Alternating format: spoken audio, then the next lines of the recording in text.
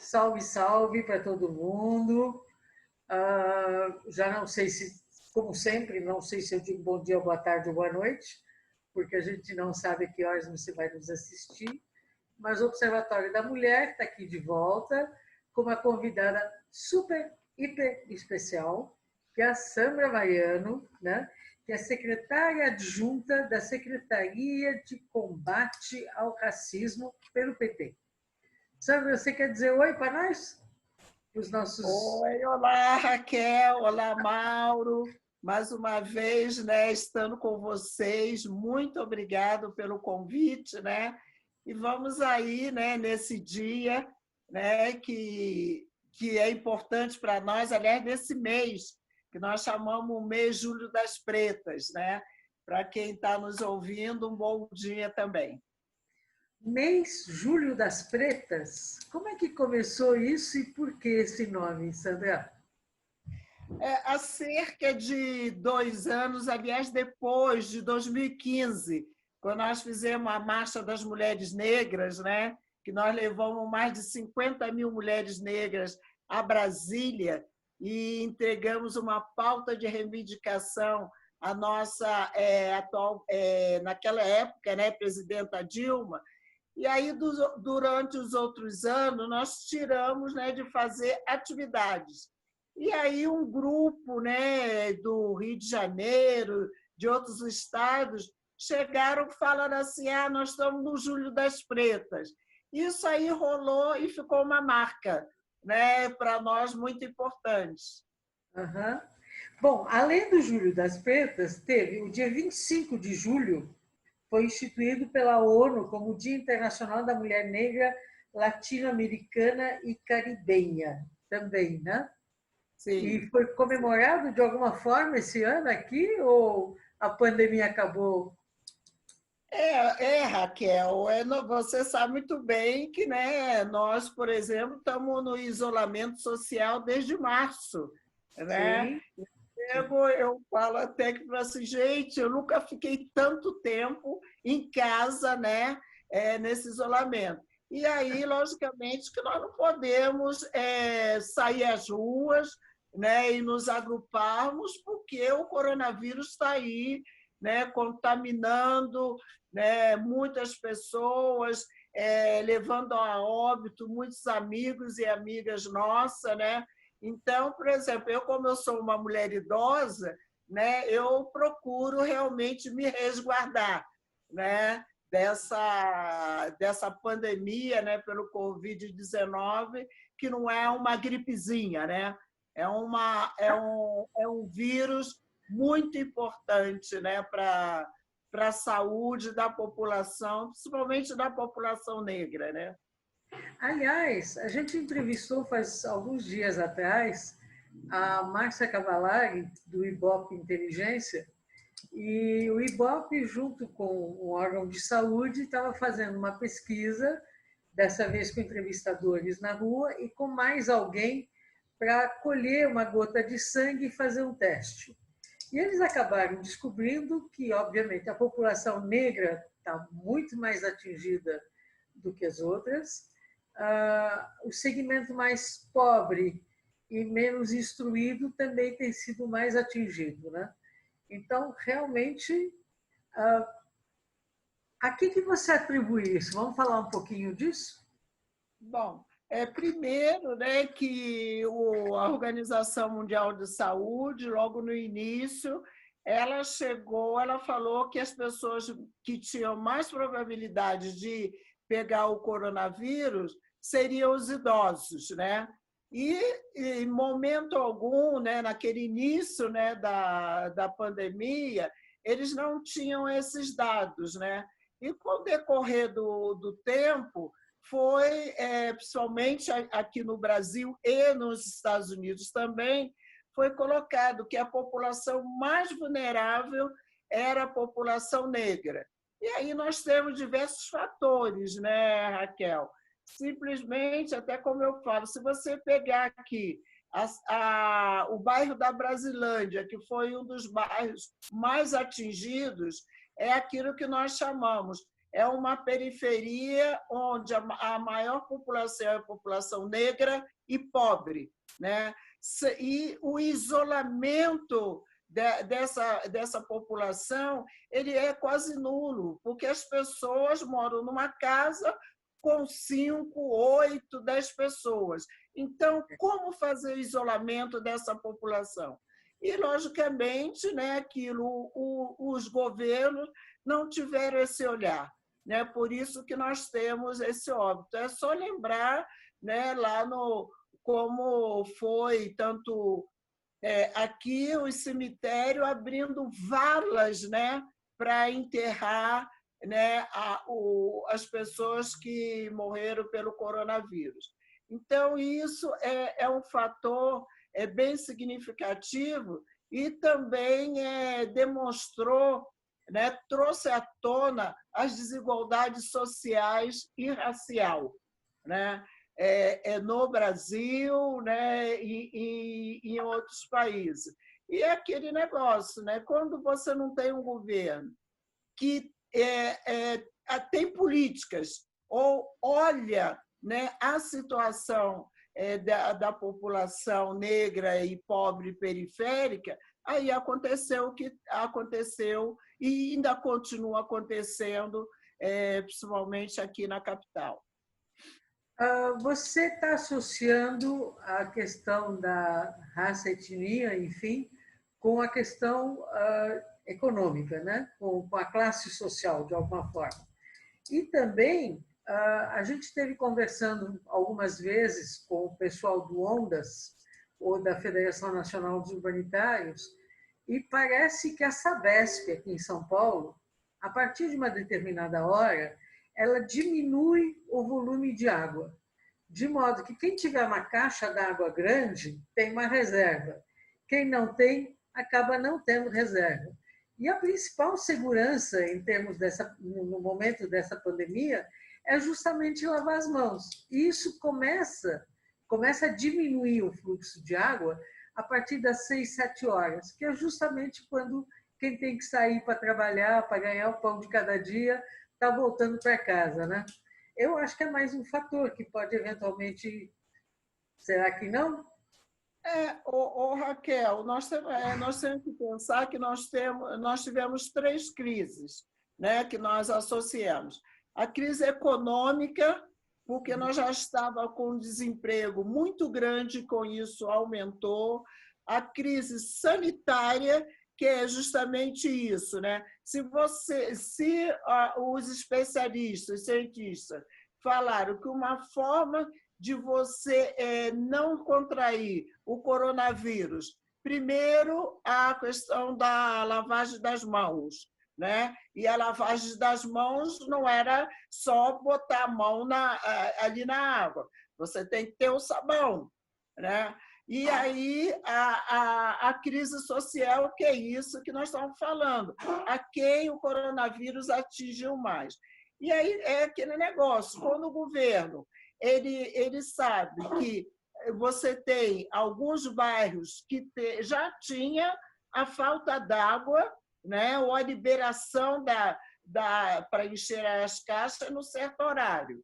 E aí ele mantém isso, né? Aí você não tem água, você tem o desemprego, isso aí logicamente significa que aquela família ela não tem como comprar, né, os produtos de limpeza necessários, né? Então junta tudo isso, né? O que tem a acontecer é justamente essa calamidade. Aí aquele negócio, nós estamos numa pandemia, o significado de pandemia, uma crise mundial, né? E aí, logicamente, agrava uma coisa e a outra, né? E o que fazer? Né? O que fazer se o governo, principalmente de São Paulo e aqui do município, ele só sabe fazer aquela... Como é que fala? Fica aquele quadro lá no Teatro dos Bandeirantes, lá no Palácio dos Bandeirantes, né? Todo dia, com aquela postura. E o principal, que é justamente como resguardar a população, e isso eles não fazem. E a questão da vacina, a questão do teste, a mesma coisa, Raquel. O Estado brasileiro não providenciou os testes, que também seria mais uma segurança para nós, né? Então, junta tudo isso e aí coloca mesmo. Nós estamos com quanto? Mais de 80 mil óbitos, mais de 2 mil, né, 2 milhões de infectados, e a cada dia você tem um aumento maior dos índices.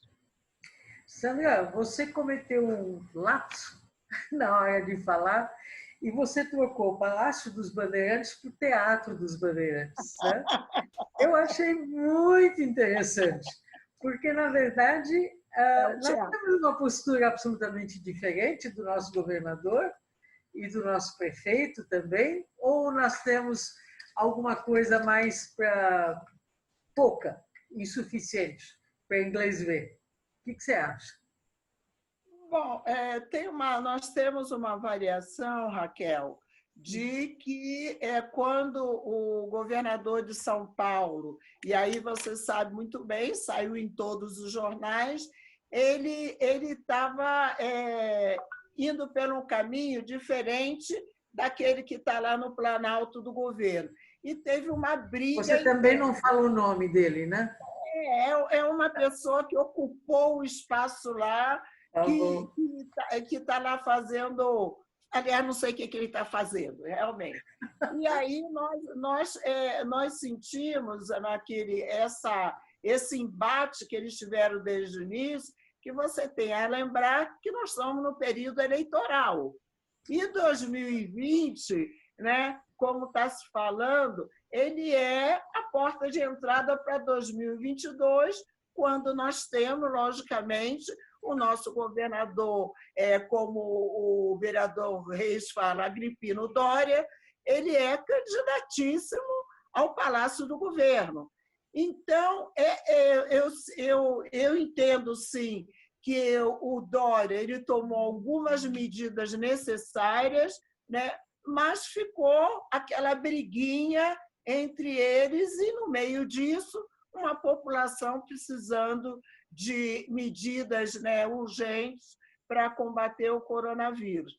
Na hora, quando eu falei teatro ali, que realmente, se você pensar, né, eu até falava o seguinte, o vereador Covas, né, com uma comodidade muito importante, ele estava no início ali, quando eles davam aquela entrevista, né, coletiva, ele estava sem proteção alguma, e aí você viu também que ele veio a pegar depois o coronavírus, né? Então, isso daí é um sinal muito ruim para a população, porque a população, principalmente nós sabemos que votaram neles, eles olham aquele cenário, o que eles falam?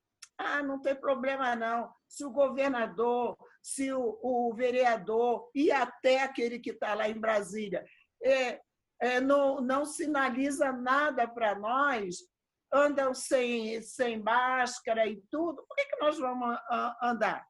Né? Isso é muito ruim para os governantes, porque eu entendo, né, que o governante ele é o primeiro a chegar, a sinalizar, a dialogar mesmo com a população o que é esse coronavírus. E como a situação está meia boca, né, em termos de quarentena, etc., tem muita gente na rua, acabou a quarentena numa série de lugares aqui em São Paulo, só não abre ainda teatro e cinema e algumas coisas, uma coisa ou outra, mas os parques estão abertos, os shoppings estão abertos, enfim, de um modo geral. Então, na verdade, nós também temos, quem está se resguardando, depois de 4 meses, parece que está dando um ataque de complicação psicológica, de alguma forma, né? E a defesa, que é eu estou diante de um perigo iminente e eu não posso sair, aos poucos, depois de 4 meses, começa a amenizar, porque está todo mundo na rua, né? Então, tem uma mensagem meio contraditória o tempo todo sendo dada, né? O Dória acabou de decretar mais uma quarentena essa semana até mais 15 dias, mas com tudo aberto do mesmo jeito, né? Só não abre o que já não estava aberto. Então, fica um discurso absolutamente contraditório, né? Raquel, você há de lembrar que tem isso e também o processo, né, que o Covas tentou fazer aqui da questão do transporte. Se lembra? Primeiro, vamos fechar... Bom, primeiro, nós não temos aquele rodízio, né? Então, ele tentou mexer no rodízio, né? E esse rodízio não funcionou, porque até os trabalhadores em saúde tiveram dificuldade. E todo mundo saiu na rua, porque você sabe muito bem como é que é, né? Só aqui no Brasil, as pessoas, em vez de usarem o transporte coletivo, eles vão de carro, né? Porque é o transporte particular. Aí depois ele tentou fazer também outra manobra e não funcionou, assim como a mudança dos feriados, né? E tudo isso, o que aconteceu? Quando você faz o feriado prolongado, o que acontece? As pessoas saíram na rua, as pessoas saíram, foram para o interior, né? Aí e tudo isso aí eram medidas que deveriam ser tomadas. E aí o pessoal falou, não, tem que fazer o lockdown, que é fechar realmente, né? Aquele isolamento mais criterioso. Aí ele falou o seguinte, não tem como nós fazermos lockdown, porque os trabalhadores das outras regiões, né? Assim, do ABC ou de Campinas e tudo, tem muita gente que vem trabalhar em São Paulo. E aí, como é que nós vamos fazer o lockdown? Né? Essas coisas todas, é isso, você junta tudo e, logicamente, agora, quando ele tenta mostrar que nós estamos estabilizados, como é que você está estabilizado se a cada dia tem mais casos de contaminados e de óbitos? Eu não entendo essa matemática. Né? É que ele não está considerando nem as pessoas atingidas, nem a quantidade de mortes. Ele está considerando o fato de ter leitos ainda disponíveis nos hospitais. Como leitos nos hospitais, Raquel, se as cidades estão enviando, né, os seus doentes para São Paulo? Sim, porque tem leito aqui. Exato. Okay. E aí, qual foi a atitude dos hospitais particulares, Raquel? Eles não tiveram essa sensibilidade de trabalhar junto com hospitais públicos, que é aquilo que nós falamos. Se não tivesse o Sistema Único de Saúde, o SUS, essa pandemia iria ser uma catástrofe bem maior do que está sendo. Né? E é isso até que fala, que olhar tem, né, para chegar, vamos liberar os restaurantes, vamos liberar o comércio.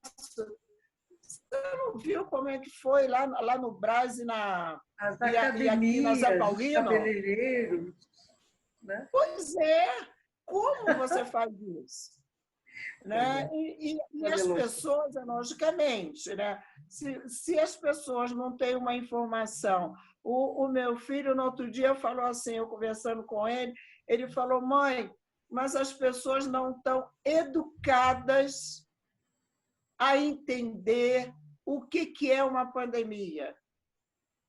Porque o vírus ele vai estar no ar, não vai ser com um relaxamento que as pessoas vão tudo... Que tem também aquele negócio, em ambiente aberto, o vírus, a circulação do vírus não é igual do ambiente fechado. Como assim? Entendeu? É muito complicado essa situação, volto a falar. Quando você não tem governantes, né, que dialogam sinceramente, com toda a responsabilidade com essa população, que nós sabemos, se for contar a população negra, pobre, periférica, ela é maior, né? Aí vamos contar logo questão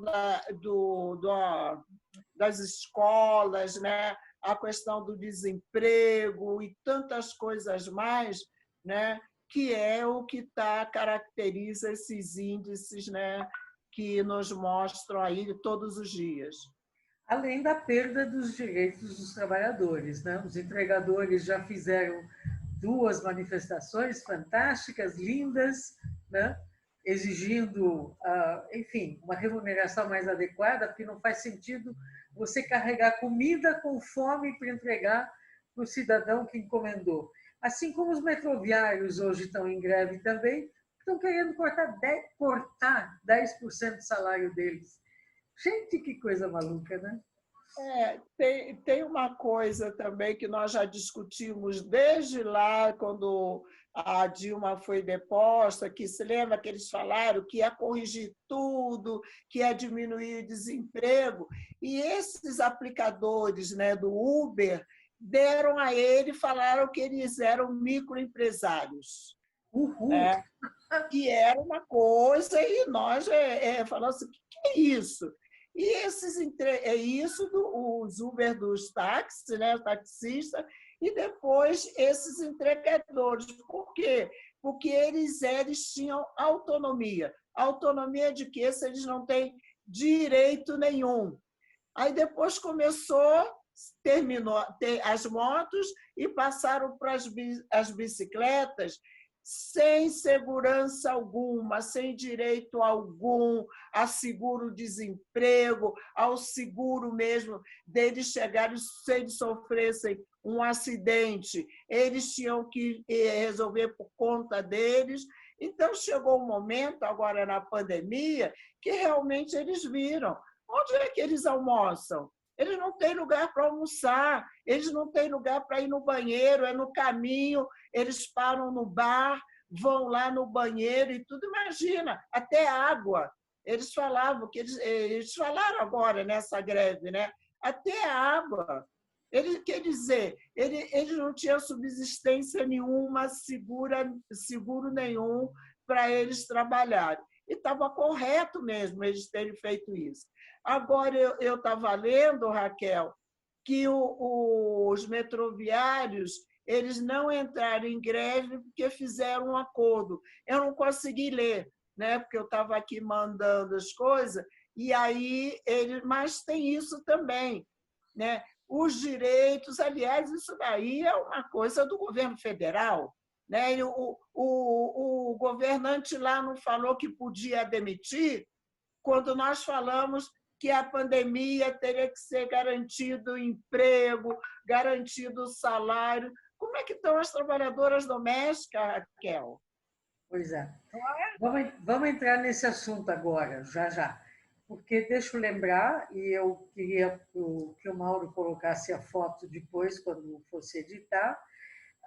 Dia 25 de julho, homenageou Teresa de Benguela, que é uma mulher negra, que foi líder que comandou a estrutura política, econômica e administrativa do Quilombo de Cariterê, na fronteira, hoje, entre Mato Grosso e Bolívia. Né? Uhum. E você falou que, desde 2013, o Instituto da Mulher Negra de Salvador, ODARA, criou o movimento Júlio das Pretas, que acabou sendo uma coisa absolutamente grande. Me conta um pouco, neste mês de julho, em que se discute a situação dos negros, de modo geral, e das mulheres negras em particular, como é que está a situação da mulher negra neste país, hein? Raquel, eu não sei se realmente dá para fazer uma avaliação, que você sabe muito bem que nos governos democrático popular do presidente Lula e da presidenta Dilma, nós conseguimos avançar em alguns pontos super importantes para nós. Primeiro, a questão da Lei Maria da Penha, que eu acho uma coisa essencial, né, que justamente trazia, né, à baila a questão da violência contra a mulher. E aí eram só as mulheres negras e não negras, né? LGBT também, né, trazia. Depois foi justamente a lei do feminicídio, né? Porque até um certo momento nós não tínhamos índices, né, de quantos feminicídios aconteciam no Brasil. E nesse inteirinho aí nós vimos, né, que um alto índice de feminicídio estava realmente entre as mulheres negras, que é aquilo que se falava.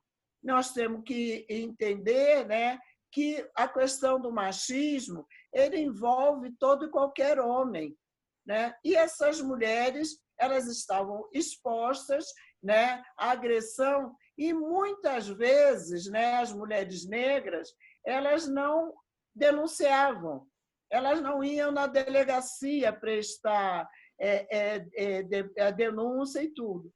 E junto disso também tem aquilo que nós sempre brigamos enquanto mulheres feministas, né, que era o aumento, a necessidade de nós termos delegacia da mulher, né, porque nós sabemos muito bem que quando nós vamos numa delegacia comum, né, como nós somos tratadas, né,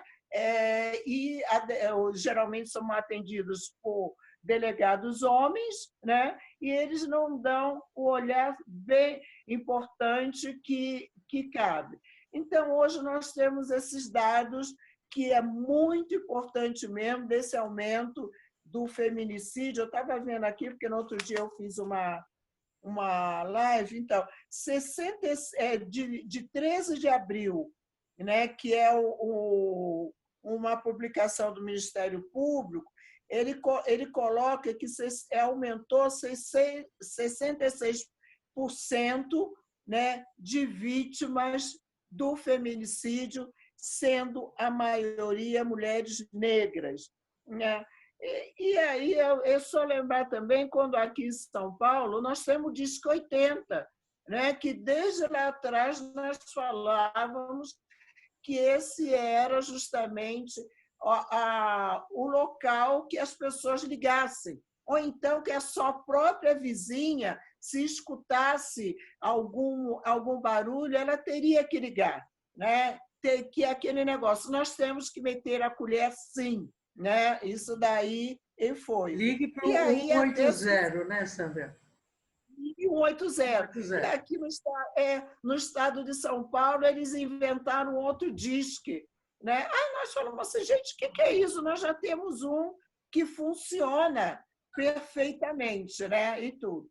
Então,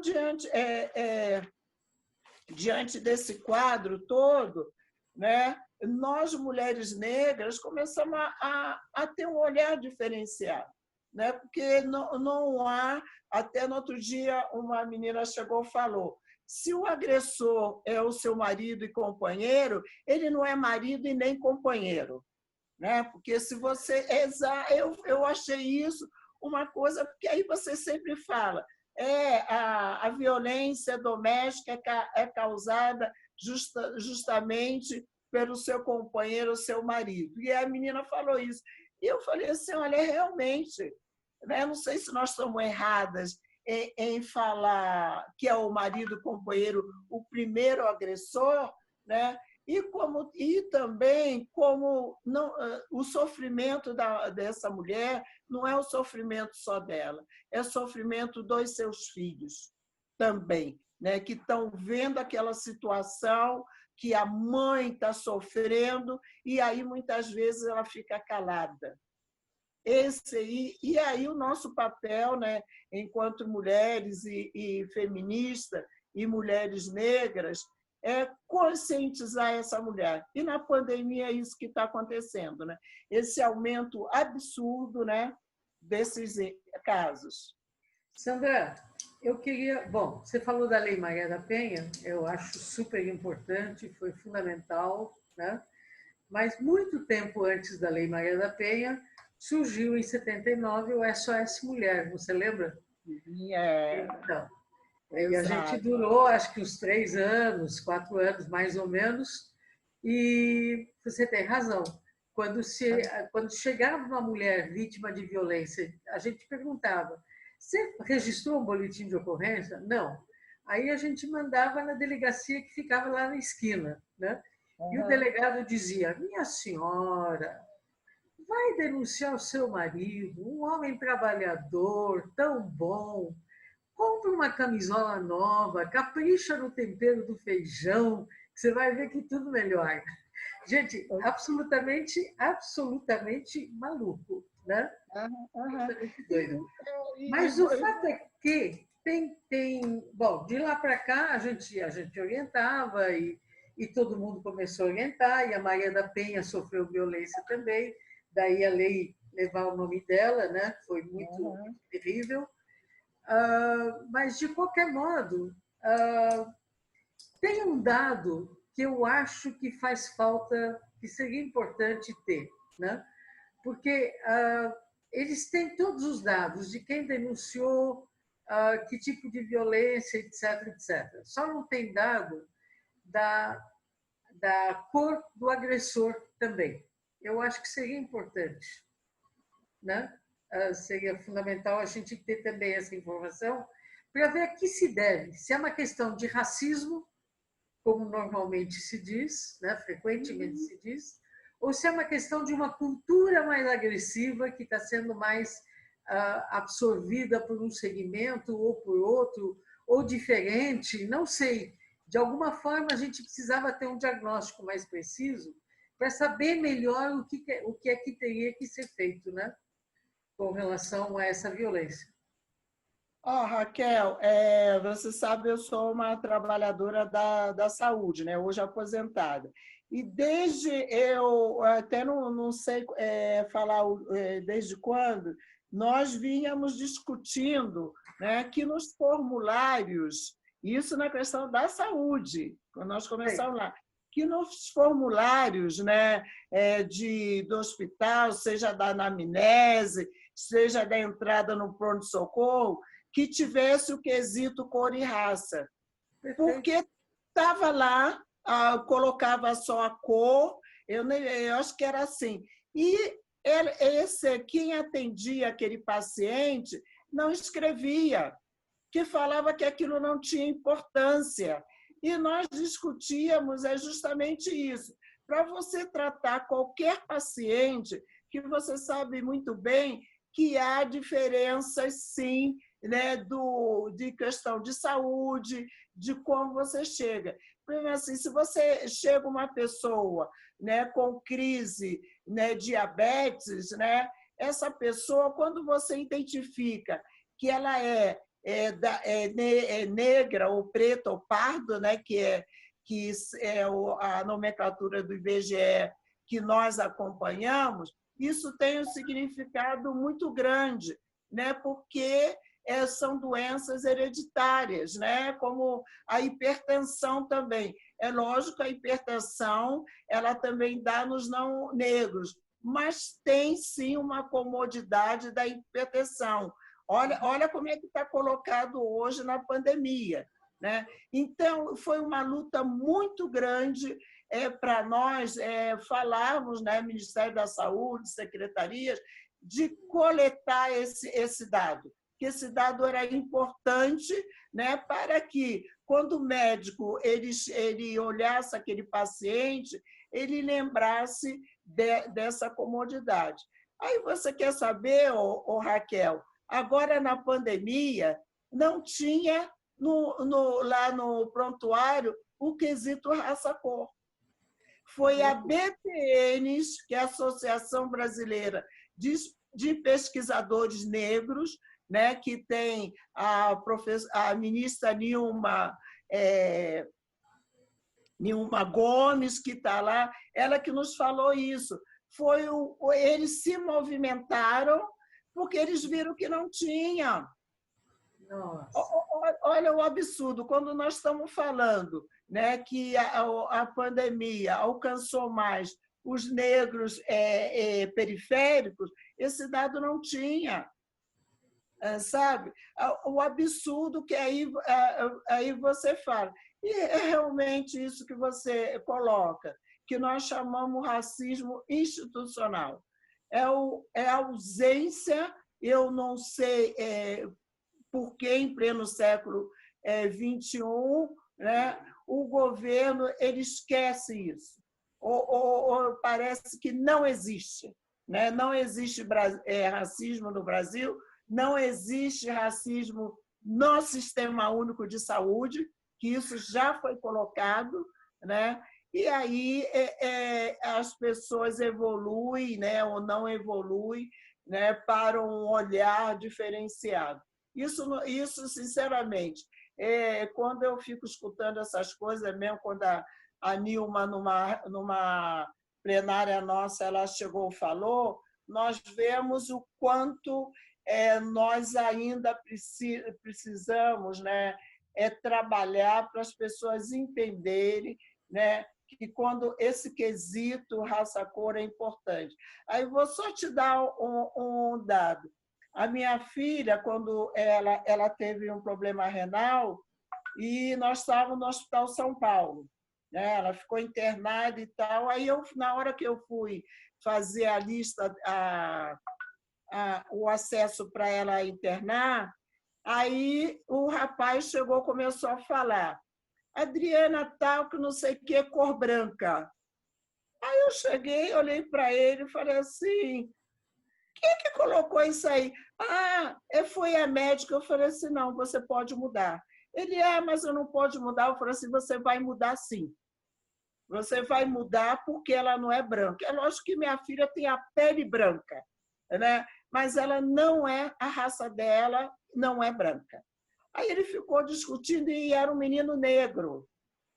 Aí ele ficou discutindo comigo. Eu falei para ele assim: olha, eu estou com a minha filha no PS, ela vai com tratamento, está indo para a UTI, eu não vou discutir isso com você. Mas, por favor, coloque do lado aí. Sabe? É isso que tem, porque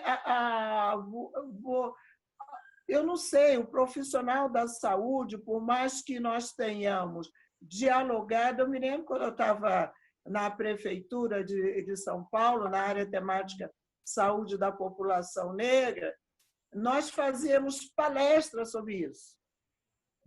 Né? Que quando você pega as doenças falciformes também, né? Aí que atinge quem mais? Né? Então, e aí você via mesmo, os médicos falavam assim: mas como é que eu vou perguntar para a pessoa qual é a raça, a cor dela? Aí eu respondia, né? Aí eu respondia assim: você não pergunta a ela qual foi o dia da última menstruação? Você não pergunta a ela quantas relações sexuais você tem? Ou se você tem? Por que não perguntar qual é a cor, a raça da pessoa? Né? Eu desmontava, né? E eram profissionais médicos, eu desmontava assim. Né? Mas você vê que até hoje nós ainda temos isso, e graças a Deus a BPN conseguiu que eles colocassem, né, agora nos prontuários, né, dos pacientes o quesito com raça. Aliás, eu tenho uma bronca com o IBGE. Eu, por exemplo, não sou branca, sou semita, porque eu sou judia nascida no Egito. Então, judeu e árabe são semitas, certo? Mas não tem semita, eles não medem. E tem uma população grande de descendentes de árabes e judeus também aqui no Brasil. Mas não medem isso. Bom, mas enfim, voltando à situação da pandemia e passando um pouco para o outro item, que não seria só a questão da violência, tem a questão do trabalho. Né? A maioria, grande parte, pelo menos, das mulheres que trabalham como empregada doméstica, faxineira, são negras. E elas não têm sido dispensadas com remuneração por parte da chamada patroa ou patrão, né? O que faz com que elas acabam tendo que sair para a rua frequentemente para poder ganhar o pão de cada dia, né? E, de um modo geral, eu sei que tem algumas importantes, super importantes, daqui a pouco eu te digo, em termos da pesquisa com relação à pandemia, né? As mulheres negras ocupam vários cargos, mas elas, de um modo geral, como bloco, acabam ganhando menos ainda do que as mulheres brancas, que já ganham menos do que os homens, né? Você não quer falar um pouco disso? Nós temos ainda uns 10 minutos para terminar o programa. Bom, primeiro, Raquel, foi colocado, né, quando começou a pandemia, quais eram os serviços essenciais.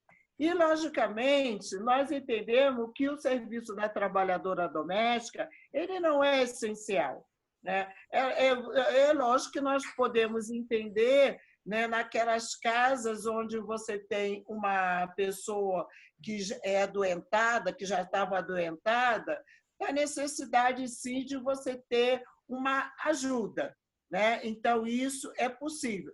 Agora, não sendo um serviço essencial, né, não, essas trabalhadoras elas teriam que ter um relaxamento, porque é lógico que elas têm que receber, e essas patroas, esses patrões, deveriam estar sensibilizados em manter o salário delas. Lembrar também, Raquel, que mesmo nós temos a lei das trabalhadoras domésticas, nós sabemos muito bem o que aconteceu. Algumas trabalhadoras elas foram que trabalhavam, ou até que moravam no serviço, né? Moravam na casa, elas foram dispensadas, que os seus patrões e patroas falaram que como é que eles iam pagar os direitos das trabalhadoras, né? E tinha isso, porque elas trabalhavam 24 horas por dia, sem ter aquele salário, mas sem os direitos de férias remunerada,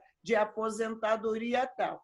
E aí isso se agravou realmente agora na pandemia, né? A minha filha ela tem uma senhora que ela vai trabalhar lá, acho que é de 15 dias. E o que ela fez, e o que as pessoas deveriam fazer, né? É chegar a fazer um acordo com elas. Olha, você não precisa vir toda semana, você vem de 15 dias, porém, eu vou pagar semanalmente, né? E aí é aquele negócio. Algumas nem fizeram isso, como dispensaram, né, essa trabalhadora doméstica, né, falou assim, qualquer coisa eu te ligo, aí você vem. E ao sair de casa também sem segurança nenhuma, né? Não dando segurança isso aos trabalhadores.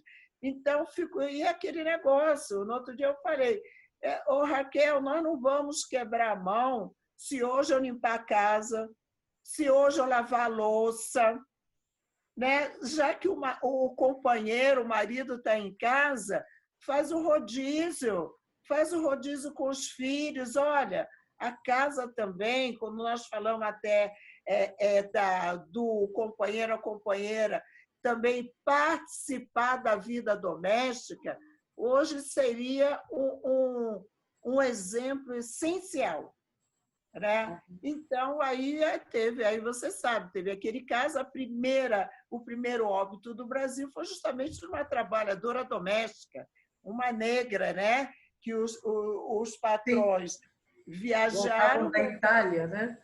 Exato, lá no pico, onde estava o pico, né? Então, e tem esse caso horrível, né, do menino, né, que a trabalhadora foi levar o cachorro para passear, a patroa não tomou conta do menino, né? E ele veio a óbito, né? Porque aquele negócio, nós sabemos como é que é criança, né?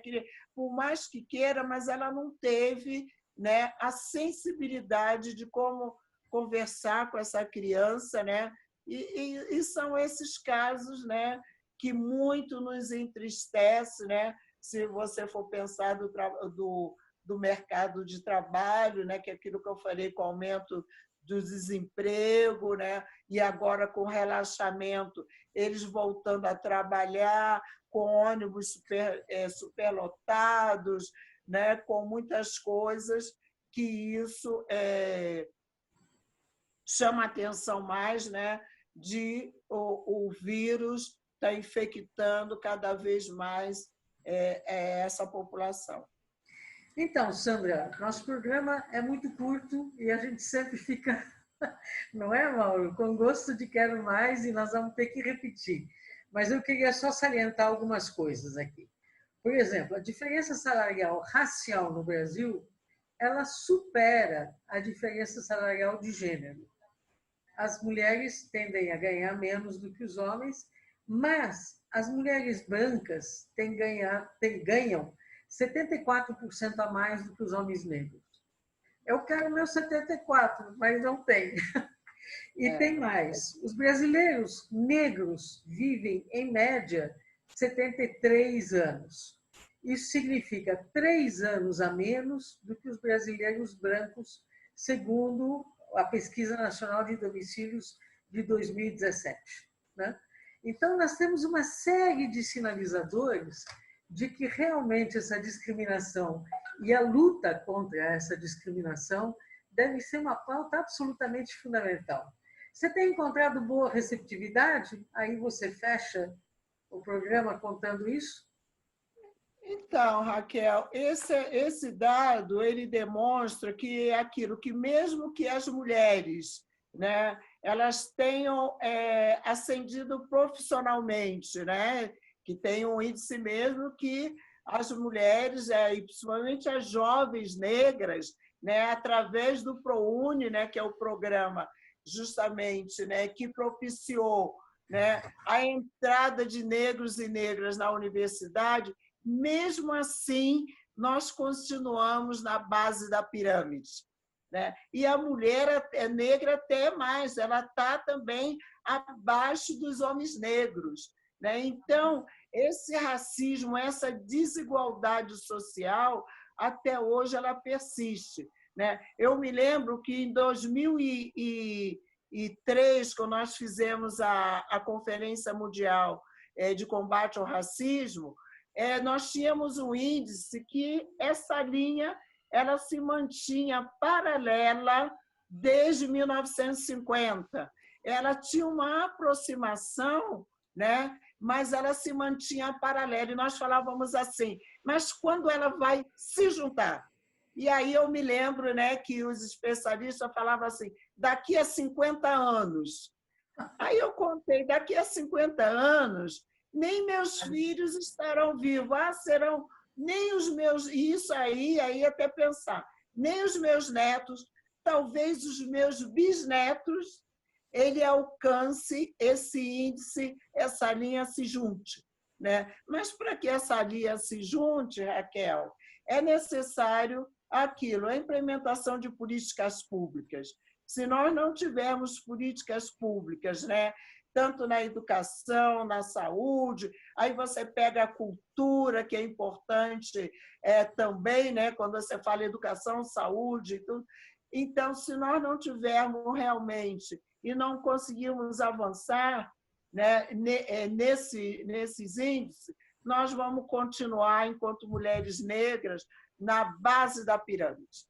Mesmo tendo doutorado, tendo mestrado, indo por exterior, ser pesquisadora, nós vamos continuar nesse índice. E aí, Raquel, sinceramente, eu ainda quero ver, né, essa linha se aproximar. Né? Eu ainda quero ver esses jovens e essas jovens negras que estão aí se candidatando agora ao parlamento. Nós temos um índice muito grande, tanto para a prefeitura, como vereadoras, né, e vereadores negros. Né? Nós precisamos mudar esse quadro, nós precisamos mudar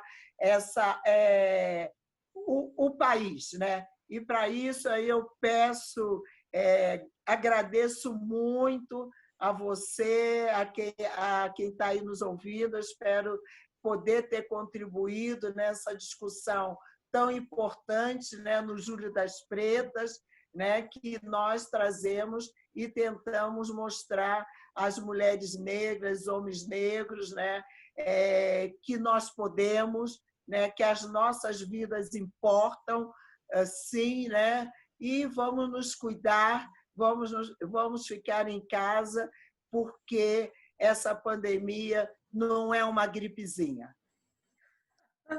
Tá certo. Sandra, muito obrigada pela presença. Você foi ótima e você vai ter que voltar com certeza. E, bom, o Observatório da Mulher volta na semana que vem. Mauro, você quer se despedir? Olha, Falou, foi gente. bom. Então, Um abraço aí a Sandra. Obrigado pela Rádio Madalena. Eu aqui obrigada. agradeço a você, Mauro, e a todos. Até a próxima. Até.